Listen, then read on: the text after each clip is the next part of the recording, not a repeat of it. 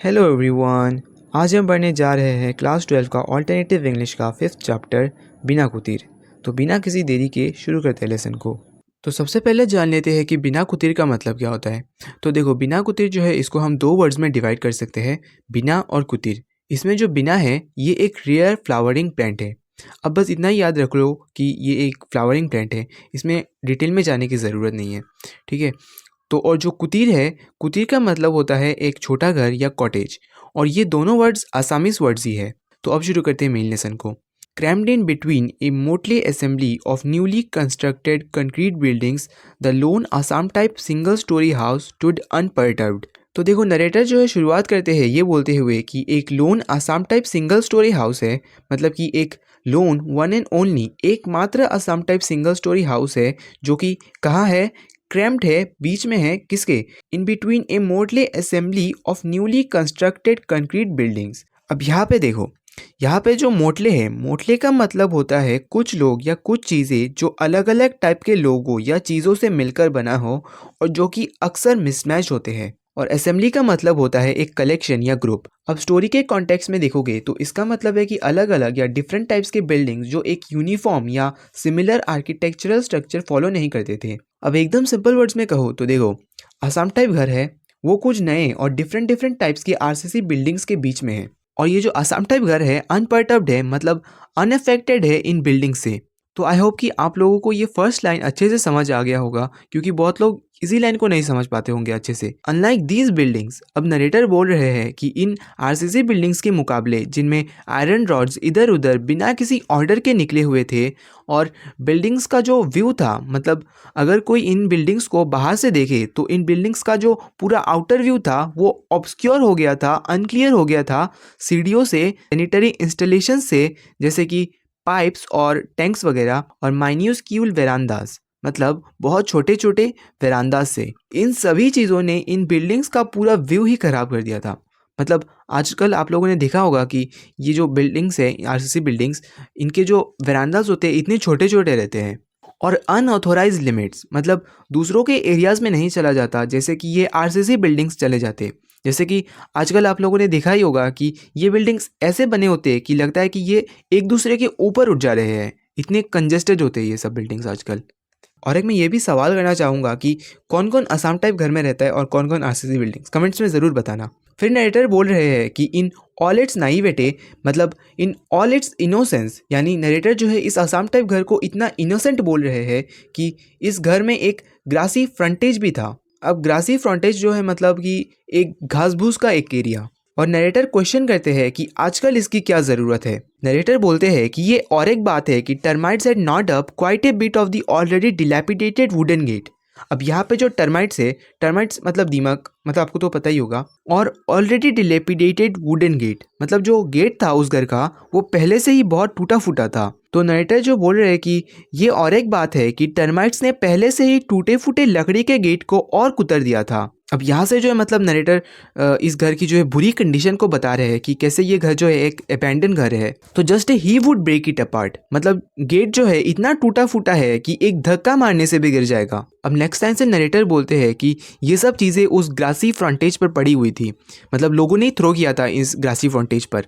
इनमें से पहला चीज़ कैटर्ड पीसेस ऑफ पेपर, मतलब इनमें से पहला है कि कुछ कागज़ के टुकड़े वगैरह थे, कूड़ा भी फेंका हुआ था, एक टूटा फूटा कंटेनर भी था, और एक मतलब डिस्कार्डेड ब्रोकन साइकिल, मतलब टूटा फूटा साइकिल भी था, और एक वुडन बॉक्स के कुछ रिमेनिंग पीस वगैरह। ये सभी चीज़ें उस ग्रासी फ्रंटेज पर पड़े हुए थे जो लाल हो रहा था कलर में। और विंडो पेन्स में जो है छोटे बड़े होल्स भी थे और जगह जगह टूटे हुए भी थे। रेलिंग्स पर मकड़ियों के जाल थे।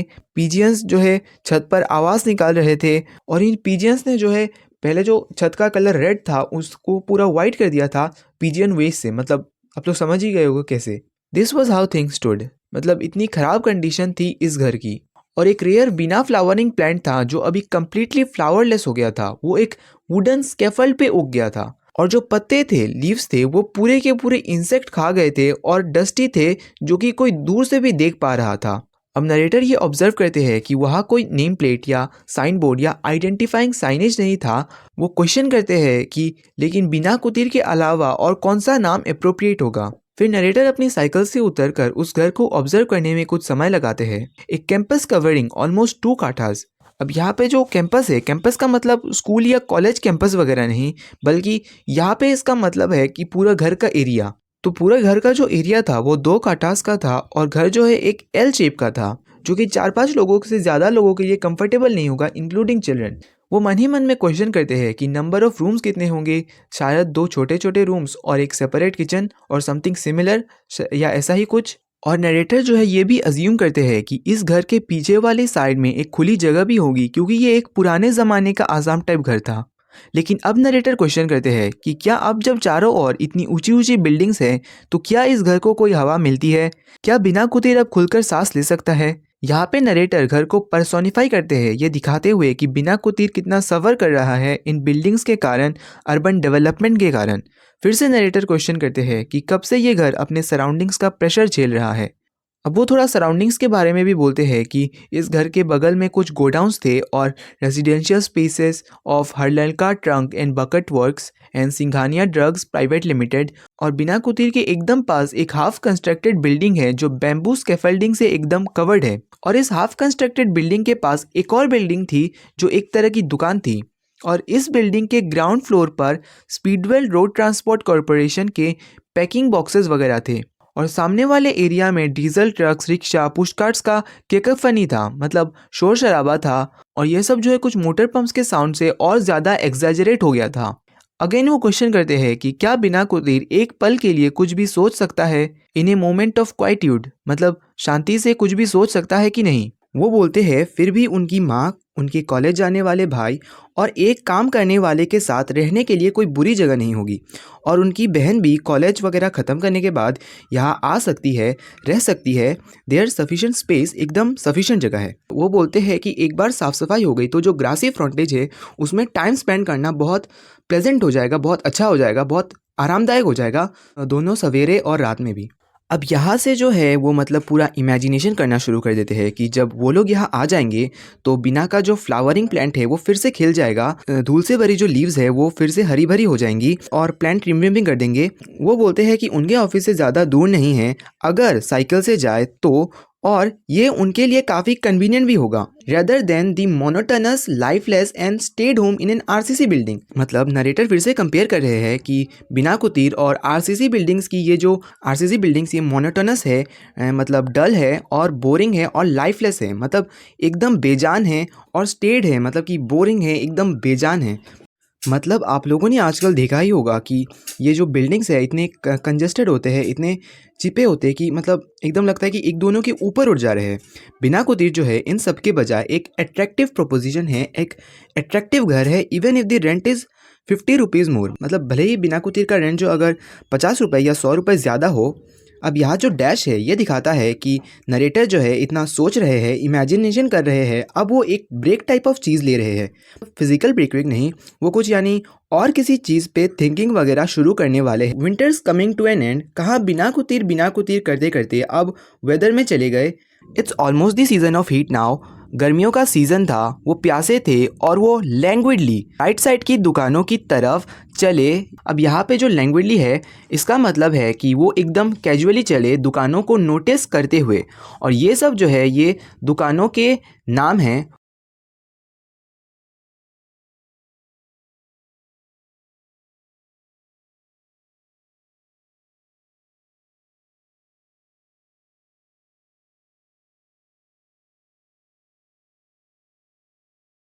उन्होंने ये भी नोटिस किया कि एक बिल्डिंग के सेकेंड फ्लोर की ज़्यादातर जो विंडोज़ थी उनके पर्दे, कर्टेंस आधे खुले हुए थे और वेरांडा वॉल्स पर साड़ियाँ सुखाने के लिए दी हुई थी। और थर्ड फ्लोर पर गामोसास, सबको पता ही होगा ऑफ कोर्स, तो थर्ड फ्लोर पर गामोसास सुखाने के लिए दी हुई थी। और वो सोचते हैं कि शायद जो लैंडलॉर्ड था, जो मकान का मालिक था, वो यही का था, मतलब असामिस था। फिर उन्होंने नीचे की ओर देखा और नोटिस किया कि ये शाम का समय था, लाइट्स वगैरह टर्न ऑन कर दी गई थी। और जो स्पेरिकल साइन बोर्ड जो कि लोगों का अटेंशन कैच कर रहा था कि इस दुकान में कोको कोला पियो, और वो बोलते हैं कि जो दुकान था वो इस बिल्डिंग का गैराज होना चाहिए था। अब सोच रहे होंगे कि इस लाइन का मतलब क्या है। देखो, इस लाइन का मतलब है कि अर्बन एरियाज़ वगैरह में कैसे जो है जगहों का रीयूज़ किया जाता है। अब नरेटर ने अपनी साइकिल दुकान के बाहर रखी।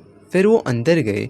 दुकान में उन्होंने नोटिस किया कि ज़रूरत की चीज़ें रखी हुई थी और काउंटर में दुकान में एक 27-28 साल का लड़का खड़ा था। उसने एक चेकर्ड हाफ शर्ट के साथ उसकी लाइट बियर्ड थी जो उसके चेहरे को एडॉर्न कर रही थी। हिज डाउनकास्ट आइज़, मतलब सिंपली कहूँ तो वो अकेला दुकान में था और एक इकोनॉमिक्स नोटबुक पढ़ रहा था।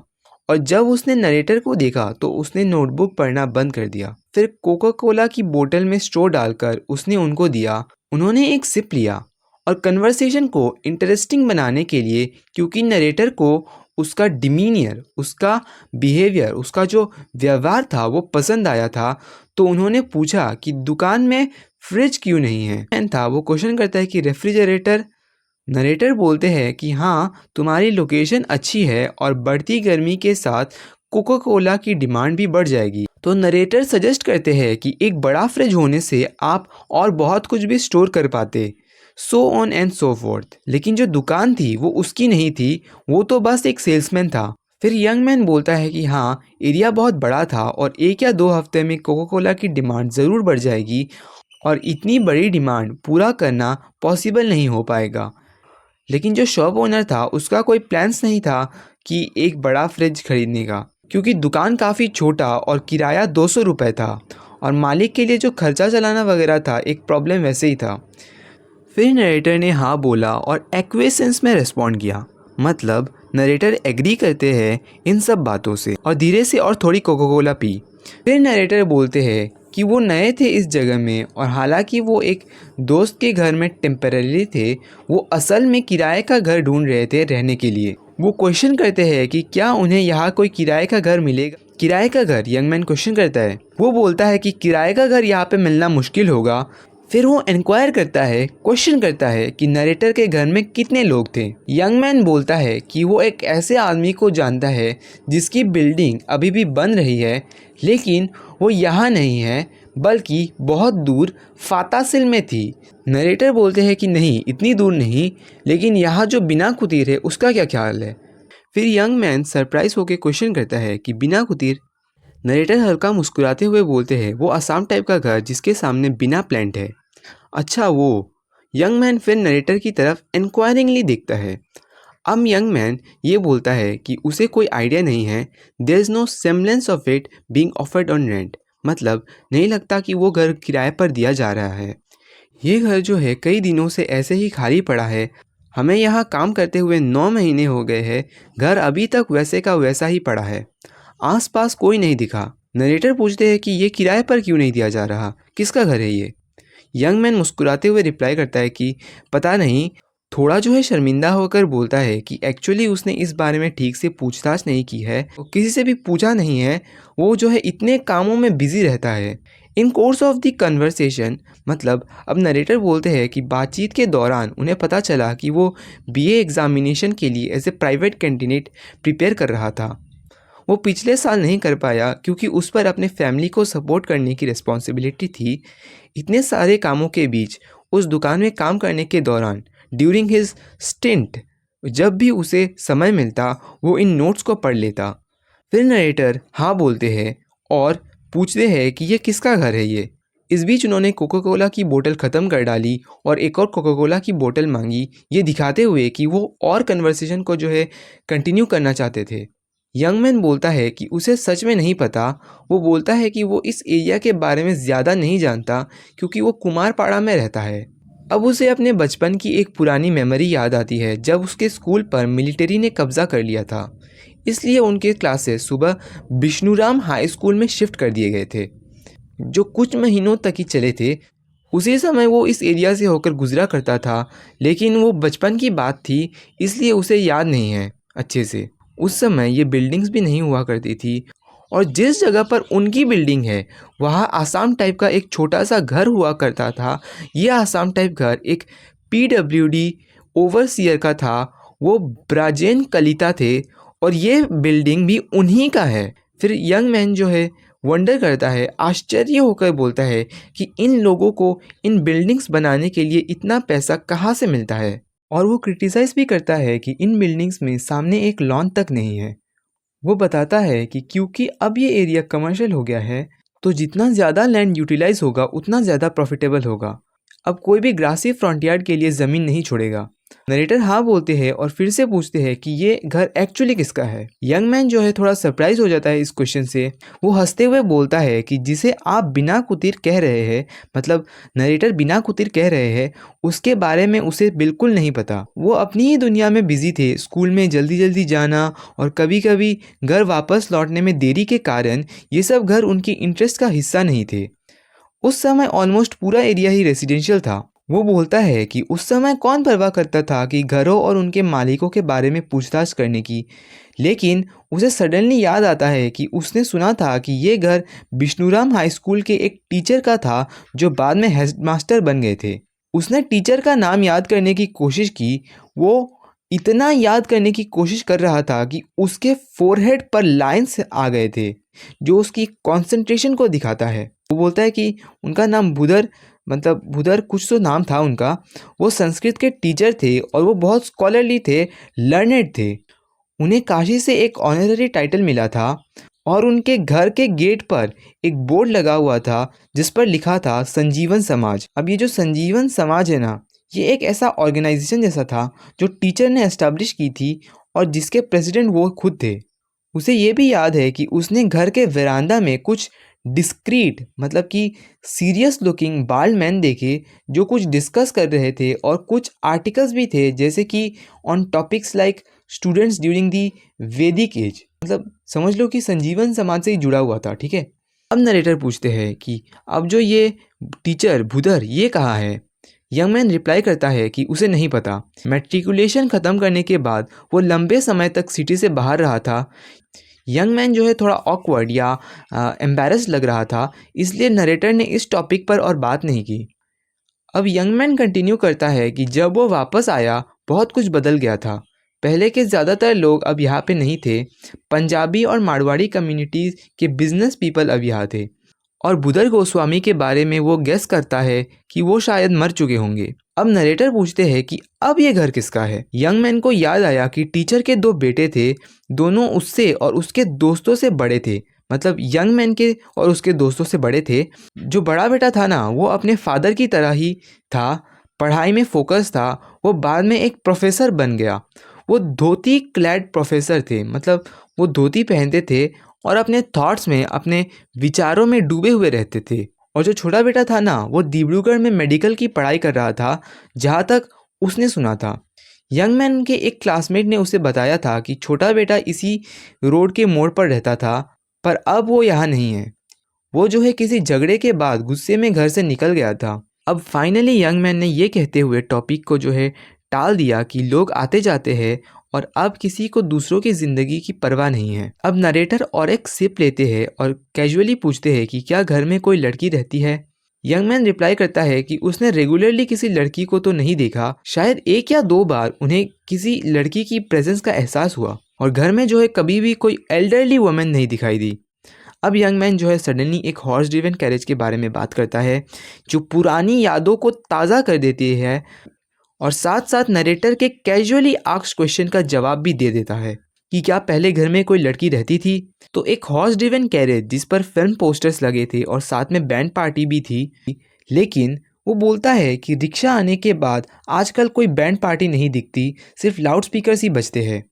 और अब यहाँ से वो लड़की की बात करता है कि जब वो बैंड पार्टी गुजरती तो एक लड़की उसे देखने के लिए वरांदा में आती, लेकिन जैसे ही उसने देखा कि लड़के उसकी ओर देख रहे हैं तो वो वापस अंदर चली गई। यंग मैन को याद है कि कभी कभी घर के सामने एक फोर्ड कार खड़ी रहती थी, उसे एक हट्टा कट्टा आदमी चलाता था और वो लड़की को जो है पसंद करता था और बाद में उन्होंने जो है शादी कर ली, according to what people said.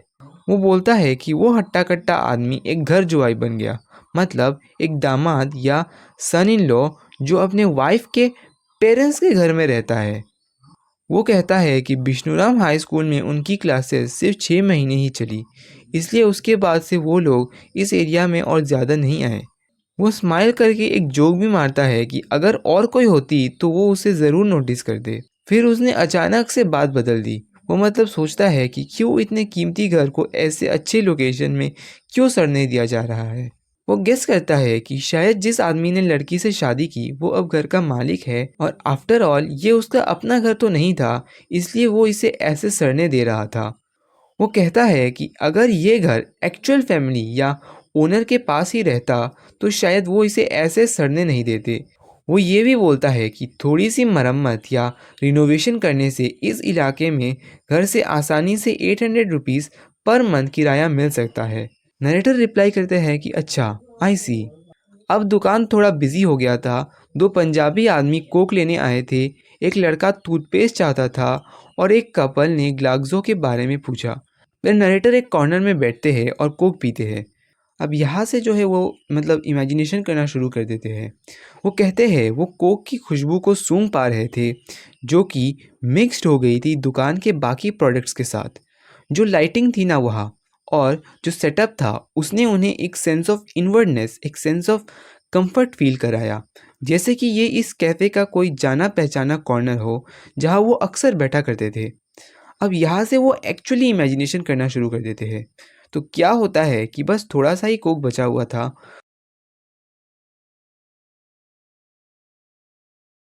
वो कोक की तरफ देखते हैं और उन्हें लगा कि उन्होंने एल शेप्ड आसाम टाइप घर देखा, यानी इमेजिन किया बिना कुतीर।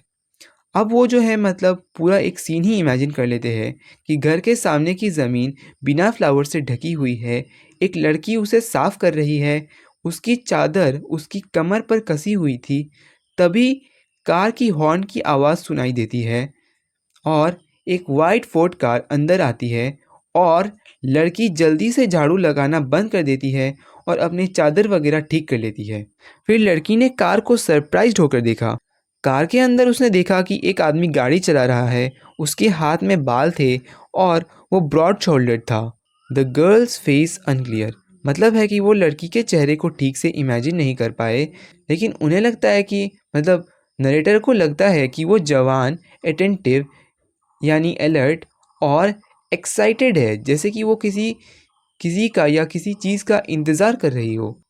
The scene fit quite well, मतलब नरेटर जो इमेजिन कर रहे थे वो उस स्टोरी से अच्छी तरह से मिल गया था जो उन्होंने अभी अभी सुनी थी। और किससे सुनी थी वो आप लोग मुझे कमेंट्स में बताओगे। तो वो कंटिन्यू करते हैं अपनी इमेजिनेशन। जहाँ वेरांडा का दरवाज़ा खुला है, एक लड़की अंदर है जो राउंड टेबल और कुछ बुक्स के धूल को झाड़ रही है। उसकी पीठ दरवाजे की तरफ है और राउंड टेबल के ऊपर एक फ़ोटो है। फ़ोटो में जो है एक आदमी है जिनकी सफ़ेद मूछें है, गंजे सिर के दोनों ओर सफ़ेद बाल है और उन्होंने गोल चश्मा भी पहना हुआ है। क्वाइट ए स्टर्न लुक, मतलब उनका एक सीरियस लुक है। नरेटर गेस करते हैं कि वो बुदर गोस्वामी या शर्मा ही होंगे। और इस फोटो के ऊपर एक फ्रेम्ड स्टेशन था और एक काम या शांत एल्डरली आदमी वुडन चेयर पर बैठे हैं। उन्होंने धोती पहना हुआ है, रेक्टेंगुलर फ्रेम वाला चश्मा पहना हुआ है। उनके एक पैर में जूता नहीं था और दूसरे में था। खाली पैर की उंगलियां हिल रही है और यही उनकी ओनली साइन ऑफ प्लेफुलनेस थी, यानी वो थोड़ा हिलडुल रहे थे। The rest of him serene, मतलब उनका एक्सप्रेशन, उनका आवाज़, उनका डिमीनर यानी उनका व्यवहार एकदम काम, एकदम शांत, एकदम पीसफुल है। अब नरेटर गेस करते हैं कि ये बुदर गोस्वामी के बेटे होने चाहिए। वो सोचते हैं कि उनका नाम क्या हो सकता है, शायद प्रेमाधर या परमेश। तो वो डिसाइड करते हैं कि वो नाम को जो है परमेश गोस्वामी इमेजिन कर लेंगे। ये इतना बुरा नहीं है according to him. What's he saying, मतलब अब नरेटर जो है इस बात को भी इमेजिन कर लेते हैं कि परमेश किससे बात कर रहे हैं थे। तो जिससे वो बात कर रहे थे वो एक खद्दर कुर्ता पहने हुए एक बूढ़े आदमी थे। और यहाँ पे जो ऑडियंस है ना, इसका ये मतलब नहीं है कि बहुत सारे लोग थे, बल्कि बस एक ही आदमी थे, यही खद्दर कुर्ता वाले। तो ये खद्दर कुर्ता वाले परमेश के सामने बैठे हुए थे। नरेटर क्वेश्चन करते हैं कि ये कौन है, ये खद्दर कुर्ता वाले, यानी खुद इमेजिन कर रहे थे और खुद ही क्वेश्चन कर रहे थे। अब नरेटर इमेजिन करते हैं कि प्रोफेसर कुछ कह रहे थे और उन्होंने ब्रैकेट में लिख भी दिया, I really heard voices emanating from somewhere, मतलब उन्होंने सच में कहीं से आवाज़ें आती सुनी। तो प्रोफेसर जो है दूसरे आदमी से कुछ बात कर रहे थे, उन्हें गणेश दा कहकर पुकार रहे थे। तो वो कहते हैं कि घर में यानी बिना कुतीर में हमेशा से एक स्कॉलरली एटमॉस्फेयर, एक इंटेलेक्चुअल एटमॉस्फेयर था। अगर वो लोगों को इसे एक कंस्ट्रक्शन साइट बनने दे जिसमें बिजनेस, पैसा, ये सब सबसे इम्पोर्टेंट हो, तो उनके फादर की सोल को कभी भी शांति नहीं मिलेगी। उनके फादर उन्हें कभी भी माफ़ नहीं करेंगे। वो गणेशदा को याद दिलाते हैं कि वो उनके फैमिली को बचपन से जानते हैं। Your contractual engagements have grown over the years. Simply कहूँ तो इस लाइन से ये पता चल जाता है कि गणेशदा एक कॉन्ट्रैक्टर या बिल्डर थे। प्रोफेसर का बेटा यानी परमेश कहता है कि अगर ये घर यानी बिना कुतीर आपका हो जाता तो क्या मुझे खुशी नहीं होती। लेकिन परमेश एक्सप्लेन करता है कि एक बेटे की तौर पर ये उसका कर्तव्य है कि वो अपने फादर की लाइफ लॉन्ग मेहनत और कामों की यादों को बचाए रखे। ए फिलियल ड्यूटी, जो कि मैंने आप लोगों को अभी समझाया। तो वो कहते हैं कि भले ही वो खुद इस घर में ना रहे, लेकिन उन्हें इस घर का स्कॉलरली एटमॉस्फेयर, एक इंटेलेक्चुअल एटमॉस्फेयर बरकरार रखना पड़ेगा। अब सोच रहे होगे कि ये स्कॉलरली एटमॉस्फेयर होता क्या है। देखो, स्कॉलरली एटमॉस्फेयर का मतलब होता है एक ऐसा एनवायरनमेंट जो पढ़ाई लिखाई, डीप थिंकिंग, लर्निंग वगैरह को एनकरेज करता है। वो बोलते हैं कि इफ़ पॉसिबल, अगर हो सके तो वो घर के अंदर अपने फादर के नाम पर एक लाइब्रेरी बनाना चाहते हैं। और वो गणेशदा को याद दिलाते हैं कि वो भी उनके फादर को रेस्पेक्ट करते थे और उन्हें अपनी टेबल पर काम करते हुए भी देखा है। His hand directed towards it, मतलब परमेश जो है टेबल की तरफ इशारा करते हैं जब वो अपने फादर के कामों के बारे में बात कर रहे थे। लाइक एक सिनेमैटिक क्लोजअप शॉट। यहाँ पे ध्यान से समझना। देखो, नरेटर जो है इतना ज़्यादा इमेजिन करने लग गए कि वो टेबल को इस तरह से इमेजिन कर रहे हैं जैसे कि कोई मूवी में दिखाया जा रहा हो। एकदम जूम्ड इन और सारी चीज़ों पर फोकस, सारी चीज़ों को हाईलाइट किया जा रहा था। और कौन सी चीज़ों पर फोकस किया जा रहा था, कौन सी चीज़ों को हाईलाइट किया जा रहा था, वो जो है नेक्स्ट लाइन में लिखा हुआ है। तो बहुत सारे पेपर्स थे, मैगज़ीन्स, पुराने मैन्यूस्क्रिप्ट्स, रेड स्ट्रिंग से बंधा हुआ एक फाइल कवर जिसका title the spiritual element of hazy relationships in the वैदिक एज। अब यहाँ पे हेजी का मतलब है कि कुछ वर्ड्स टाइटल में अनक्लियर थे। इंकपॉट था, पेन, गम, ब्लॉटर, एक बोटा जिसमें बीटल नेट थे। अब ये जो बोटा है ये एक ट्रेडिशनल आसामीज सर्विंग यूटेंसिल है जिसमें बीटल नेट और पान सर्व किए जाते हैं। और एक चश्मे का कवर भी था। अब नेक्स्ट लाइन से परमेश एक्सप्लेन करते हैं कि कैसे उनके फादर बुढ़ापे में भी टायरलेसली दिन रात काम करते थे कि वो अपना खाना तक भूल जाते थे। कई बार तो गणेशदा ने उनको खुद देखा था कि वो अपने काम में कितना डूब जाते थे। कभी कभी तो क्या होता था कि किसी को जो है ज़ोर से खांसना पड़ता था ताकि उन्हें अपने आसपास के लोगों के बारे में पता चल सके। उनका ये डेडिकेशन, ये कमिटमेंट पैसे या नाम वाम के लिए नहीं था, बल्कि ये प्योर लव था नॉलेज के लिए। दिस परस्यूट ऑफ ज्ञान, मतलब ज्ञान की ये खोज, एक डिसइंटरेस्टेड क्वेस्ट फॉर नॉलेज, मतलब उनका कोई सेल्फिश मोटिव नहीं था नॉलेज को लेकर। कई आर्टिकल्स जो है आधे अधूरे रह गए थे। ये दिखाता है कि उनके फादर को हमेशा लगता था कि सीखने के लिए और भी बहुत कुछ है। और अब परमेश इनको पब्लिश करने की सोच रहा है। वो क्वेश्चन करते हैं गणेशदा से कि क्या ये उनके लिए सही होगा कि वो इस तरह के स्कॉलरली एटमॉस्फेयर को जो है बिक जाने दे। यहाँ पर रमेश जो है एग्री करते हैं कि हाँ, वो घर के मालिक ज़रूर है, लेकिन उन्हें ये घर रहने के लिए ज़रूरत नहीं है। रहने के लिए उन्हें ये घर नहीं चाहिए। वो इससे आसानी से पैसा कमा सकते हैं, लेकिन क्या सिर्फ पैसे के लिए इस घर के स्कॉलरली एटमॉस्फेयर को बेच देना चाहिए? थर्ड, ये एक आवाज़ आती है जिससे उनकी जो है इमेजिनेशन टूट जाती है। नरेटर जो है रियलिटी में वापस आ जाते हैं। वो जो है देख सकते थे कि दो पंजाबी जेंटलमैन ने अपनी कोक की बोतल और बातचीत ख़त्म कर दी, तो उनकी खाली बोतल से वो थर्ड की आवाज़ आई, जिससे जो है क्या होता है कि बोतल से जो सारी इमेजेस, सारी इमेजिनेशन ही गायब हो गई उनकी। फिर उन्होंने भी अपना कोक ख़त्म किया और काउंटर पे रख दिया। बाद में उन्होंने अपने कोक के पैसे देते हुए पूछा कि रात को दुकान कब बंद होती है, क्या वो किराए पर दिए जा रहे घर के बारे में पूछताछ करेगा। और नरेटर कंफर्म करते हैं कि वो परसों यहाँ फिर से आएंगे क्योंकि यंग मैन नेक्स्ट डे नहीं रहेगा। अब नरेटर जो है दुकान से बाहर निकलते हैं और अपनी साइकिल का ताला खोलते हैं। पास में ही स्पीडवेल कंस्ट्रक्शन नाम के जगह पर सामान उतारने और चढ़ाने का काम ज़ोरों से हो रहा था। जिस जगह पर डीजल ट्रक्स खड़े थे वो जगह पूरी तरह से जगमगा रहा था, पावरफुल बल्ब्स थे। अब यहाँ पे जो सुपरवाइजरी वॉइस है ना, इसका मतलब है जो लोग इंचार्ज है। एक नॉइजी ट्रक स्टार्ट हो रही थी जिसका काला धुआं चारों ओर फैल गया था। अब नरेटर जो है अपनी साइकिल को लेकर आगे बढ़ते हैं। बिना कुतीर इज स्टीप्ड इन डार्कनेस, मतलब है कि बिना कुतीर जो है एकदम अंधेरे में डूबा हुआ है। सिर्फ पास की एक बिल्डिंग से कुछ लाइट आती थी जो कि पैटर्न्स एंड शेडोज़ बना रहे थे बिना कुतीर के लेफ़्ट साइड के ऊपर, और बाकी बिना कुतीर एकदम शांत है। इस एडजेसेंट बिल्डिंग के पीछे, इस लिट अप बिल्डिंग के पीछे रेडियो, टाइपराइटर, खाने की आवाज़, बात करने की आवाज़ आ रही थी। तो ये जो साउंड्स थी रेडियो की, टाइपराइटर की, ये सब साउंड्स उन्हें different parts of human life को याद दिलाती है, जैसे कि कॉमर्स यानी बिजनेस वगैरह, डोमेस्टिसिटी यानी फैमिली वगैरह, खुशी, एंग्विश यानी दर्द या तकलीफ़, इरिटेशन, लालच, प्यार, दर्द, so many sides of existence, सब कुछ उस और एक बिल्डिंग में चल रहा था।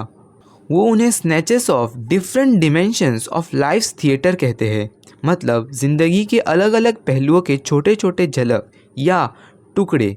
जैसे ज़िंदगी एक ड्रामा हो और उसके अलग अलग सीन्स हो, जैसे कि कभी खुशी, कभी रोना, कभी प्यार, कभी फ्रस्ट्रेशन एट्सेट्रा। लेकिन बिना कुतीर में ये सब सीन्स बहुत पहले ही ख़त्म हो चुके हैं, जैसे कि स्टेज प्ले का पर्दा या कर्टेन गिर गया हो। वहाँ की ज़िंदगी और आवाज़ें अब बिल्कुल चुप हो गई है, सब कुछ जैसे पूरा ख़त्म हो गया हो, कम्प्लीटली ओवर। अब वो सोने चले जाते हैं बिना कुतीर के बारे में सोचते हुए। सुबह उन्होंने रियलाइज़ किया कि बिना कुतीर उनके सपने में नहीं आई थी, शायद इसलिए कि वो बहुत थके हुए थे। अब नरेटर बोलते हैं कि उनके काम के दौरान उन्हें बिना कुतीर कभी कभी याद आती है, लेकिन बिल्कुल क्लियरली नहीं, और अगर याद आती भी है तो वो ज़्यादा देर तक नहीं टिकती। But it did not linger.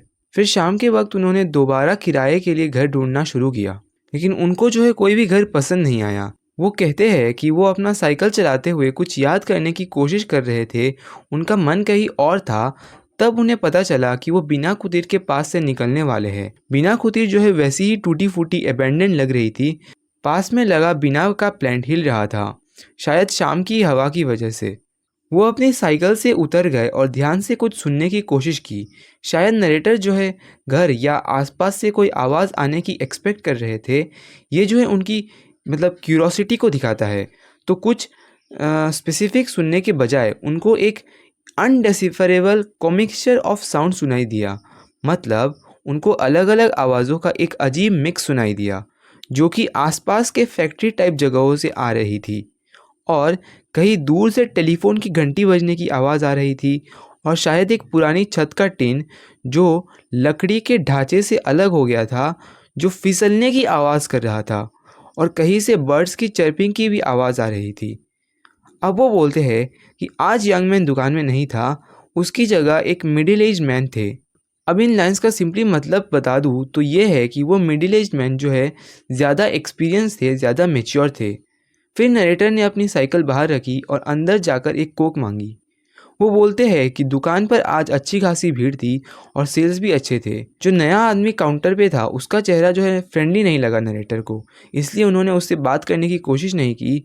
उन्होंने जो है कोक की बोतल थोड़ा टिल्ट करके काउंटर पे रखी और स्ट्रॉ से जो है बचा हुआ जूस देखने की कोशिश की। अब जैसे ही क्या होता है कि कोक हिलने लगा, उनका इमेजिनेशन भी शुरू हो गया। एक पिक्चर कोक के बोतल के अंदर से उभर कर आ गई। वो जो है एक मतलब हल्की हवा के बहने को इमेजिन करते हैं, बिना प्लान के लीव्स हिल रहे हैं, बिना कुतीर का वेरांदा धुंधला सा था। फिर वो इमेजिन करते हैं कि एक कार आती है और उसके हेडलाइट्स बिना प्लांट और बेम्बू के जाली वाले स्केफल्ड को लिट अप कर देते हैं। ड्राइवर ने 2 बार एक्सेलेरेटर दबाया, शायद जो है शो ऑफ करने के लिए या दिखाने के लिए कि वो आ गए हैं। फिर कार रुक गई। अब सोच रहे होगे कि फोर्ड कार ही क्यों? देखो, ये इसलिए हो सकता है क्योंकि ताकि गाड़ी वाले का स्टेटस दिखाया जा सके। हेडलाइट्स बंद हो गए और उनको कार का दरवाज़ा खुलने और बंद होने की आवाज़ सुनाई दी, जिससे क्या होता है कि ना उनको उनकी जो इमेजिनेशन थी और रियल लगने लगी।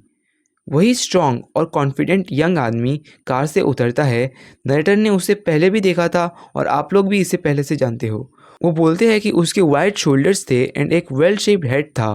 वो गेस करते हैं कि उसकी मूछें भी होंगी। वो घर का नया दामाद है। पहले उन्होंने गेस किया भावेश, फिर याद आता है कि उसका नाम भाबानंदा था। अब भाबानंदा ने कार का लेफ्ट दरवाज़ा खोला और एक लड़की उसका हाथ पकड़कर नीचे उतरती है। ये वही लड़की थी जो पहले वेरांदा साफ कर रही थी। नरेटर सोचते हैं उसका नाम बीना ही होगा और क्या। वो बोलते हैं कि हालांकि लाइट इतना ज़्यादा नहीं था, लेकिन उस लड़की का शर्माना ज़रूर दिख रहा था। बहुत ज़्यादा ही शर्माई हुई थी। She was wrapped in shyness. उसके बालों के बीच में सिंदूर था जो क्लियरली बताता है कि वो अब शादीशुदा है। उसके चलने से उसकी सिल्क ड्रेस की जो क्रिस्प साउंड थी वो सुनाई दे रही थी। या तो वो मुगा मेखला थी या बनारसी साड़ी। कभी कभी जो है अंधेरे में से लाइट जब उस पर पड़ती तो उसके सोने के गहने ग्लो कर जाते। फिर उसने भाबानंदा का हाथ छोड़ा और जल्दी से सीढ़ियाँ चढ़कर वेरांडा में चली गई। बाद में भाबानंदा उसके कमर पर हाथ रखता है।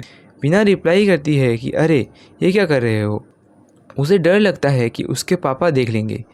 भाबानंदा उसे समझाता है कि अब रात को हो चुकी है, पापा तो सो गए होंगे, और वो उसे ले जाता है वेरांडा के अंदर। बिना जो है फिर से परेशान हो जाती है। वो कहती है कि गाड़ी की आवाज़ से सब लोग जाग गए होंगे और एल्डर ब्रदर यानी भैया अभी तक पढ़ाई कर रहे होंगे और किसी भी समय बाहर आ सकते हैं।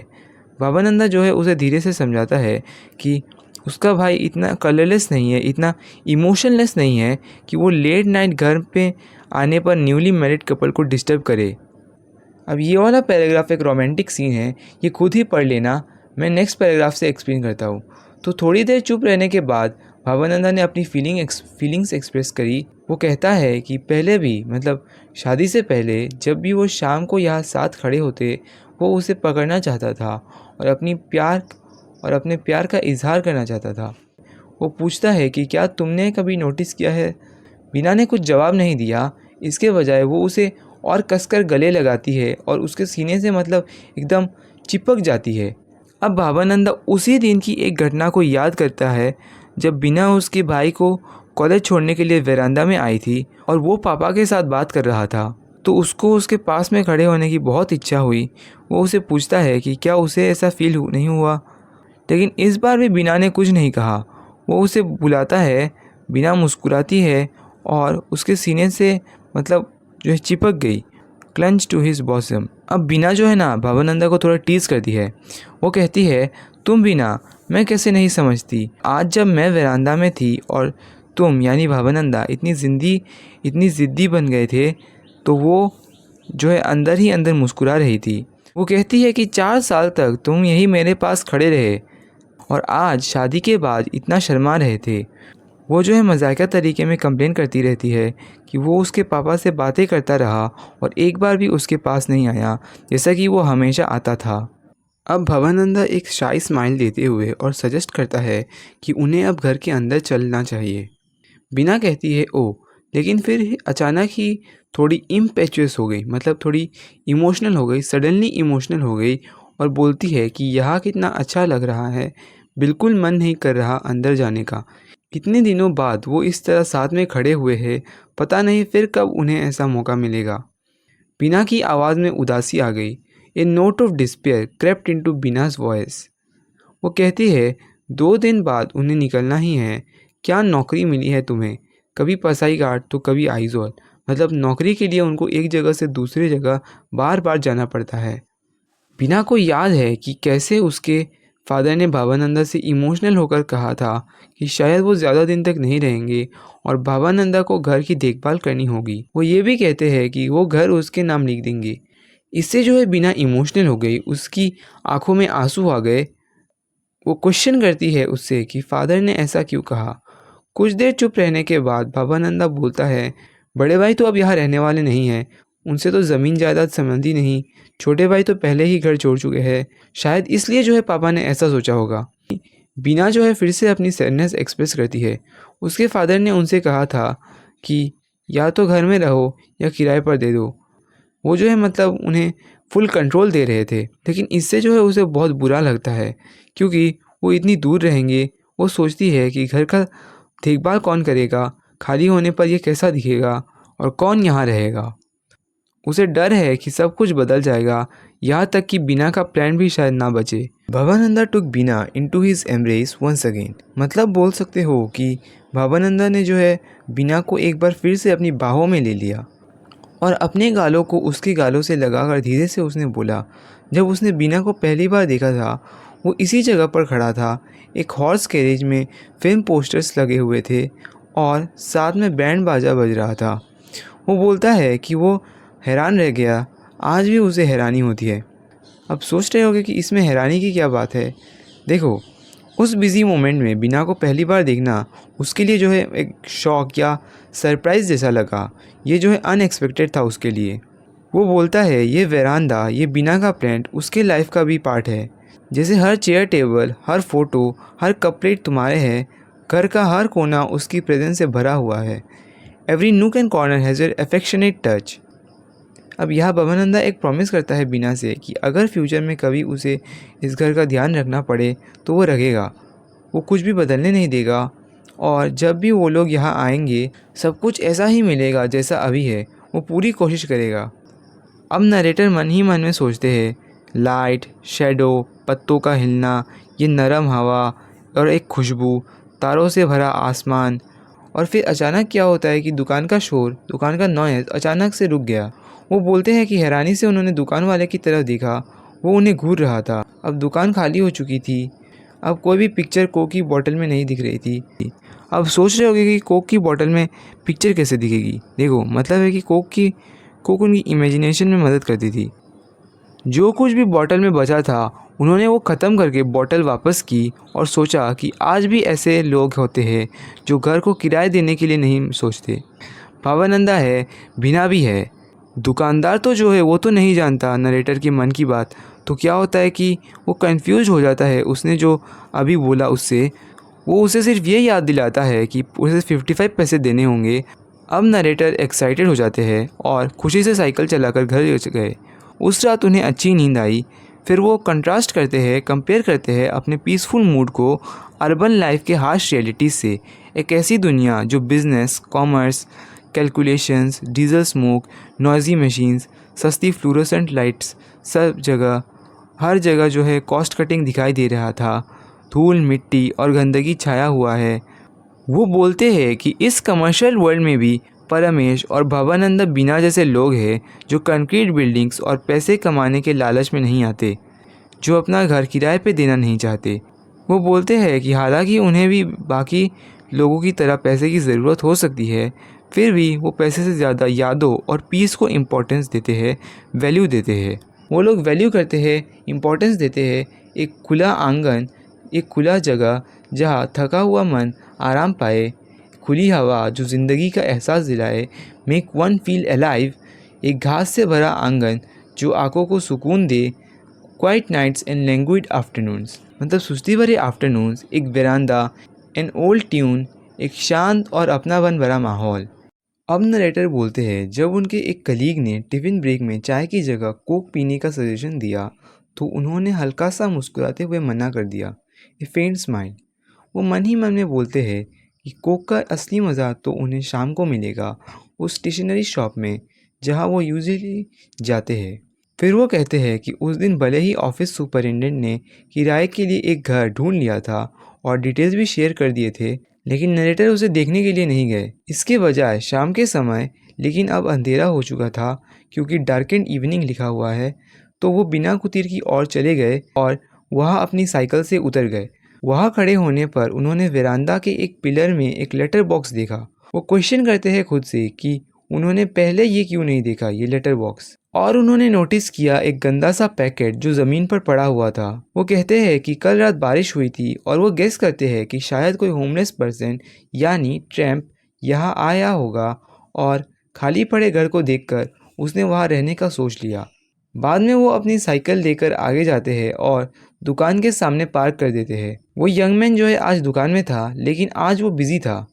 अब वो बोलते हैं कि इतनी गर्मी के बावजूद एक आदमी सूट और नेकटाई में कुछ फैशन का सामान दिखा रहा था। वो जो है कुछ कैलकुलेशंस वगैरह कर रहा था। वो बोलते हैं कि वो समझ गए कि वो आदमी किसी कंपनी का सेल्समैन या रिप्रेजेंटेटिव है। यंग मैन ने नरेटर की तरफ देखा और मुस्कुराकर बोला 1 मिनट, और उसके पास सिर हिलाकर बोलता है कि नो नॉट पॉसिबल। यानी यंग मैन जो है बोल रहा है उन्हें कि घर जो है अवेलेबल नहीं है किराए पर। अब वो मुस्कुराकर बोलते हैं कि उन्हें पहले से ही अंदाज़ा था, उन्हें पता था कि घर किराए पर नहीं मिलेगा। फिर यंग मैन उन्हें एक कोक ऑफ़र करता है। वो बोलते हैं हाँ प्लीज़। अब जैसे ही वो कोक की बोतल देता है, वो कहता है कि उसने शॉप ओनर से यानी प्रोप्राइटर से उस घर के बारे में पूछा। वो इसी जगह के है, इसी एरिया से है, उन्हें इस घर की पूरी हिस्ट्री पता है। यंग मैन कहता है कि उसने पहले भी बताया था कि बड़ा बेटा प्रोफेसर है, वो बहुत स्मार्ट और रिस्पेक्टेड था, ए वेरी कैपेबल मैन। छोटा बेटा डॉक्टर है और उसकी वाइफ शायद एक पंजाबी है। यंग मैन जो है बोलता है कि छोटे बेटे और उसके फादर के बीच कुछ झगड़ा हो गया था, यहाँ तक कि उसके फादर ने उससे रिलेशन भी तोड़ दिया। और फिर यंग मैन जो है अपना ध्यान रिप्रेजेंटेटिव की तरफ मोड़ते हुए बोला कि वो अपना काम जारी रखे, क्योंकि वो इंतज़ार कर रहा था। अब यंग मैन अंदर चला गया। उन्होंने एक सिप ली और फिर बोतल को थोड़ा टिल्ट करके उस कोक को देखा। ए पिक्चर, मतलब यहाँ से नरेटर जो है इमेजिन करना शुरू कर देते हैं। दोपहर की धूप में बिना कुतीर का बैकयार्ड का सीन दिख रहा था। एक पुरानी बेंच थी, एक खाली लकड़ी की कुर्सी, तुलसी के प्लांट के नीचे एक मिट्टी का दिया जो बुझा हुआ था, अनलिट था, और एक पपाया प्लांट भी था। लगभग 30-32 का एक लंबा आदमी इधर उधर टहल रहा था। वो थोड़ा परेशान लग रहा था और चलते वक्त उसका सिर कभी कभी कपड़े सुखाने वाली रस्सी से टकरा जा रहा था। वो गुस्से से रस्सी को देख रहा था और वो सिगरेट पी रहा था। उसके ट्वीड कोट के पॉकेट से स्टेथोस्कोप का एक हिस्सा दिख रहा था। इससे ये पता चल जाता है कि वो एक डॉक्टर है। एक यंग गर्ल बेंच पर बैठी थी और उसे घूर रही थी, with A worried look in her eyes. मतलब बोल सकते हो कि उसे चिंता भरी नज़रों से देख रही थी। उसने ट्रेडिशनल आउटफिट पहने हुए थे और उसके बाल बंधे हुए थे। उसका फेस क्लियरली विजिबल नहीं था, लेकिन ये क्लियर था कि वो घबराई हुई थी, वो परेशान थी। उसका दुपट्टा उसे ढक रहा था, लेकिन उसकी पिंकिश स्किन भी दिख रही थी। अचानक क्या होता है कि उसने सिगरेट का आखिरी पफ लिया, फिर सिगरेट फेंक दी और जाके बेंच पर बैठ गया। उसकी आंखें एकदम फोकस थी, लड़की के लिप्स काँप रहे थे। इस सीन को जो है एक सिनेमैटिक क्लोजअप शॉट जैसा डिस्क्राइब किया गया है, और वो ये सब कुछ कोक की बॉटल के अंदर दिख रहे थे। उस आदमी के लिप्स स्ट्रॉन्ग थे, फर्म थे, एक स्क्वायर बिजनेस लाइक चिन्ह था। अब इन लाइंस का मतलब सिंपली कहूँ तो ये है कि उस लड़की को जो है एक स्ट्रॉन्ग डिज़ायर या लॉन्गिंग थी। उनके एक्सप्रेशंस एक कैमरा से शॉट किए गए किसी मूवी सीन जैसा लग रहा था। और वो बोलते हैं कि उन्होंने ऐसा ही एक क्लोजअप शॉट एक हिंदी फिल्म में देखा था। अब जो है डॉक्टर बोलना शुरू करता है और नरेटर मन ही मन में बोलते हैं कि उसकी आवाज़ बिल्कुल उस कंपनी रिप्रेजेंटेटिव जैसी थी। तो अब डॉक्टर रिहाना से बोलता है कि उसके फादर ने उससे रिश्ता तोड़ दिया है। अब उसके फादर उसे अपना नहीं मानते, वो अब हमेशा ऐसा ही रहेगा। अब दो चीज़ें यहाँ पे क्लियर कर दूँ। पहली बात तो ये है कि सोच रहे होगे कि रिहाना कौन है, तो थोड़ा दिमाग लगाओ, पता चल जाएगा। और दूसरी बात, ये 3 डॉट्स ये दिखाते हैं कि रिहाना ने कुछ बोला था, लेकिन वो यहाँ लिखा हुआ नहीं है, इसलिए उसने बोला नहीं, वो दादा जैसा नहीं है। वो अपने फादर के डिसीजन को ब्लाइंडली फॉलो नहीं करता। वो बोलता है कि उसने अपने सारे डिसीजंस खुद लिए हैं। उसके फादर के कहने पर भी उसने वो नहीं किया जिस पे उसका विश्वास नहीं था। उसने मेडिकल स्टडीज़ पढ़ना शुरू किया फादर के मना करने के बाद भी। सिर्फ बीना ने उसका साथ दिया। उसके फादर ने उसे कोई फाइनेंशियल सपोर्ट नहीं दी, फिर भी उसने खुद से एडमिशन ले लिया। और जब उसके फादर ने देखा कि वो एडमेंट है अपने डिसीजन पे, तो उनके पास मानने के अलावा कोई ऑप्शन नहीं था। और फिर वो बोलता है कि उसकी ज़िंदगी में रिहाना आई और वो उसके ज़िंदगी में बहुत इम्पॉर्टेंट बन गई। इतना ज़्यादा इम्पॉर्टेंट बन गई कि उसके बिना ज़िंदगी का कोई मतलब ही नहीं बचा। वो कहता है कि उसने लोगों की बातें सुनी, लेकिन उसने कभी परवाह नहीं की। उसका बैकग्राउंड, उसका पास्ट, उसका धर्म या जात, सब कुछ इग्नोर करके उसने साफ कह दिया कि वो उससे शादी कर रहा है। सब लोगों की शिकायत, झगड़े, सवाल, द फ्लेइंग ऑफ टेम्पर्स, मतलब बोल सकते हो कि गुस्से भरे वर्ड्स, ये सब जो है रिहाना अच्छी तरह से जानती है। उसके फादर ने कहा कि उन्होंने भी इस लड़की के बारे में सुना है, वो उसके बारे में सब कुछ जानते हैं और वो क्वेश्चन करते हैं कि सब कुछ जानने के बाद वो उसे उनके घर में लाने के बारे में सोच कैसे सकता है। उसके फादर ने क्लियरली कह दिया कि व्हाटएवर इट वाज, जो भी हो, अगर वो उनकी मर्ज़ी के ख़िलाफ़ शादी करता है तो उसे एक पैसा भी नहीं मिलेगा। वो बोलता है कि ठीक है, वो उनसे कुछ नहीं मांगेगा। वो एक्सप्लेन करता है कि उसने कितनी मुश्किल हालात में अपनी मेडिकल स्टडीज़ की, स्कॉलरशिप, लोन्स, ट्यूशन जॉब्स, और वो ये सब जानती है। वो हमेशा उसके साथ थी। वो अपने सारे रिलेटिव से अलग हो गया है, सिर्फ बीना ने उसको सपोर्ट किया है दूर से। फैमिलीज़ वगैरह से अलग होने के बाद भी उसके फादर ने सरप्राइजिंगली वसीयत में, विल में, उसे ये घर छोड़ दिया। और वो सवाल करता है कि उन्होंने ऐसा क्यों किया। अब सोच रहे होगे कि विल का मतलब क्या होता है। तो देखो, विल मतलब एक लीगल डॉक्यूमेंट जिसमें कोई आदमी लिख देता है कि उसके मरने के बाद उसकी प्रॉपर्टी किसको मिलेगी। वो क्वेश्चन करता है कि इस घर की जिम्मेदारी उसके ऊपर क्यों छोड़ दी, वो इसका क्या करेगा, वो तो ये जगह छोड़ चुका है। ये जो लाइन है ये खुद से पढ़ लेना। फिर वो इमोशनली रेहाना को बोलता है कि उसने अपना घर सिर्फ उसके लिए छोड़ा था, अब उसे इस घर की कोई चीज़ अपनी नहीं लगती, और वो उसे रिक्वेस्ट करता है कि वो उसे कम से कम वहाँ रहने के लिए ना कहे या पैसे के लिए उसे किराए पर देने के लिए ना कहे। वो ये एग्री करता है कि वो घर का ध्यान रखेगा, जो टैक्स देना पड़ेगा अपने पैसों से देगा। If that is how it is destined, let it be so. मतलब अगर किस्मत में यही लिखा है तो ठीक है। वो कल मिस्टर मेहता को उनके कलकत्ता ऑफिस में कॉल करेगा। तुम्हें मंडे को पूरा कंसाइनमेंट, पूरा सामान मिल जाएगा, वो सब सामान लेगा, फिक्र मत करो। I will take your leave मतलब है कि चलता हूँ। अब नरेटर बोलते हैं कि ये फाइनल वर्ड्स कंपनी रिप्रेजेंटेटिव के थे। The crimson liquid, crimson liquid का मतलब है, क्रिम्सन का मतलब है डीप रेड कलर।